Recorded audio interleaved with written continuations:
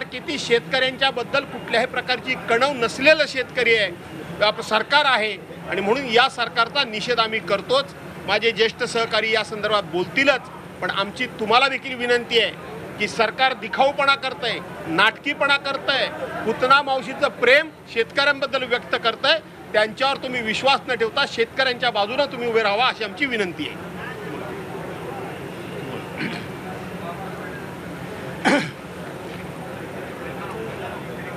महाराष्ट्राच्या विधिमंडळाचं जेव्हा जेव्हा अधिवेशन चालतं तर या प्रांगणात असलेल्या छत्रपती शिवाजी महाराजांना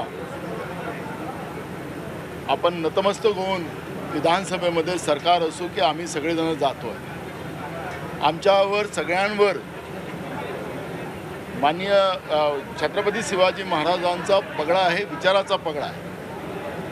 हे सरकारही त्याच पद्धतीनं वागत आहे, पण वागत असताना विचाराचा पगडा आपल्याला पाहायला मिळत नाही। इव्हेंटबाज हे सरकार आहे हे आपल्याला पाहायला मिळते आहे। छत्रपती शिवाजी महाराज म्हणायचे की माझ्या शेतकऱ्यांच्या भाजीच्या देठालाही समजा नख लागला तरी तुमचा हात कलम करून तर काळीच पिळवटून टाकणारी ही दृश्य आहेत। लातूरच्या अहमदपूर तालुक्यामधली शेतीच्या मशागतीसाठी बैलांचा खर्च परवडण्याचा झालाय। डोक्यावर कर्जाचा डोंगर आहे आणि मुलगा मजुरीसाठी बाहेर गावी आहे। घरी नातवंडांची 2 खाणारी तोंड आहेत।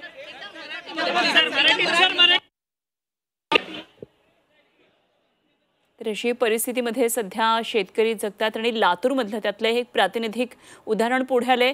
हाडोळती गावातल्या अल्पभूधारक शेतकऱ्यानं चक्क बैलाऐवजी स्वतःला नांगराला जुंपून घेतलंय आणि या शेतकरी दाम्पत्याचं वय आहे 75 वर्ष। दोघे आजही शेतात राबतात। 5 एकराची शेतीची नांगरट त्यांना करायची आहे आणि नांगरट झाली तरी बियाणं, खतं, औषधं याची चिंता सुद्धा आहेच आहे। कर्ज काढून एवढं सगळं गणित जुळवलं तरी पुढे पावसाच्या कृपेवर त्यांचा शेतीचा हा जुगार चालणार आहे। पाऊस व्यवस्थित झाला तर पिकं येणार, पीक आलं तर ते कापून बाजारात नेईपर्यंत निसर्गाची कृपा राहीलच याचा सुद्धा नेम नाहीये आणि पुन्हा बाजारात माल नेलाच तर त्याला योग्य दर मिळेलच का हा सुद्धा प्रश्न आहे। आणि आतापर्यंत ही सगळी गणितं जुळवताना या वृद्ध दाम्पत्यावर कर्जाचा डोंगर उभा राहिलाय। उतार वेळात सुद्धा शेतात राबण्याची जिद्द आहे। निसर्गाशी 2 हात करताना डोक्यावरच्या कर्जाचा डोंगर मात्र कमी होताना दिसत नाहीये। निदान आता तरी सरकारनं कर्जमाफी करावी अशी साध हे शेतकरी घालतात। लई लागून लागायला मांजर रोजगार वाढलाय सगळा, आम्हाला परवडणार झालंय म्हणून आम्ही दोघंच नवरा बायको शेतामध्ये आहो लावून मेहनत करता आणि असंच आम्ही कुळ पिताव, घरीच कुळ पिताव, घरीच काढता, बैल नाही काही नाही, आम्हाला बैल परवडणारच, पैसेच नाही तर बैल कशाने घ्या। मग असं पोरगा आहे बाहेर कामाला, उगं त्यानं रोजगार करते का भागते, मग आता उगं नाताला शिकवावं, नातीला शिकवावं म्हणून आमची असं भावना आहे, आम्ही असंच करून असंच भागितो। तर बैलांऐवजी शेतकऱ्यांना स्वतःला जुंपून घेतलं आणि ही बातमी झी 24 तासनं सर्वात आधी दाखवली आणि झी 24 तासनं ही बातमी दाखवताच आता कृषी मंत्र्यांकडून याची दखल घेतली गेली आहे। शेतकऱ्यांना माझ्याशी संपर्क साधावा कृषी मंत्र्यांनी म्हटलंय। शेतकऱ्याला पूर्ण मदत करू असं आश्वासन कृषी मंत्र्यांनी दिलंय। तर माणिकराव कोकाटे यांनी झी 24 तासला हे एक्सक्लुझिव्ह प्रतिक्रिया देताना म्हटलेलं आहे, या शेतकऱ्यांनी आम्हाला संपर्क करावा आणि ज्या अधिकाऱ्यांना आम्ही तशा सूचना करू, जर अधिकाऱ्यांनी त्या सूचना पाळल्या नाहीत तर त्यांच्यावर निश्चित कारवाई करू, मात्र शेतकऱ्याला मदत करू असं माणिकराव कोकाटे यांनी झी 24 तासला हे आश्वासन दिलं आहे।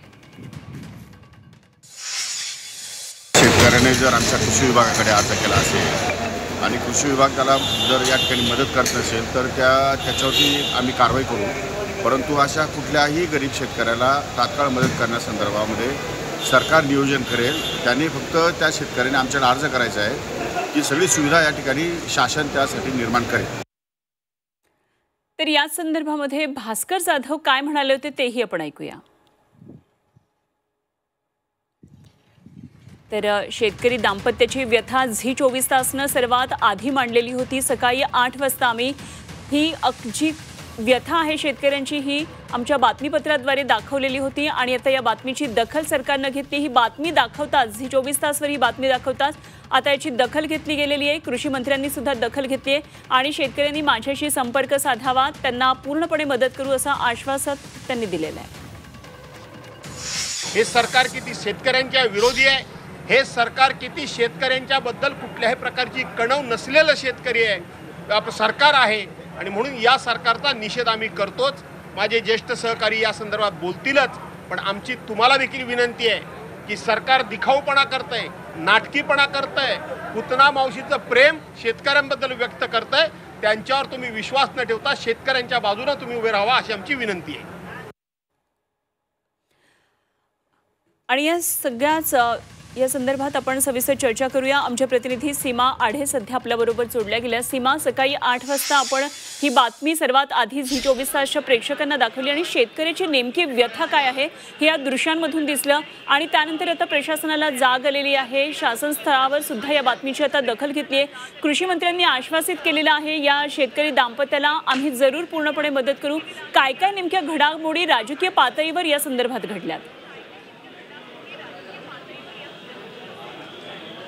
नक्कीच अनुपमा, झी 24 तासने खरं तर ही बातमी उचलून धरलेली होती आणि सातत्यानं या बातमीचा पाठपुरावा आपण सकाळपासून करतोय। खरं तर आता अधिवेशन सुरू आहे, पावसाळी अधिवेशन सुरू आहे आणि या पावसाळी अधिवेशनात अर्थात शेतकऱ्यांचा मुद्दा हा ऐरणीवरती होता आणि हा मुद्दा सातत्यानं म्हणजे पहिल्या दिवसापासून जो आहे तो पेटलेला आहे आणि अशात एक भर पडली लातूर तालुक्यामध्ये जी घटना घडली त्या घटनेमुळे पुन्हा एकदा विरोधकांनी सत्ताधाऱ्यांवरती ताशेरे ओढले। ज्या प्रकारे शेतकऱ्यांची परिस्थिती झालेली आहे, कुठेतरी शेतकऱ्यांना सरकारी पातळीवरती कोणतीही मदत होत नाही, अशा प्रकारे पुन्हा एकदा लातूर घटनेनंतर टीका जी आहे ती होताना आपल्याला पाहायला मिळाली।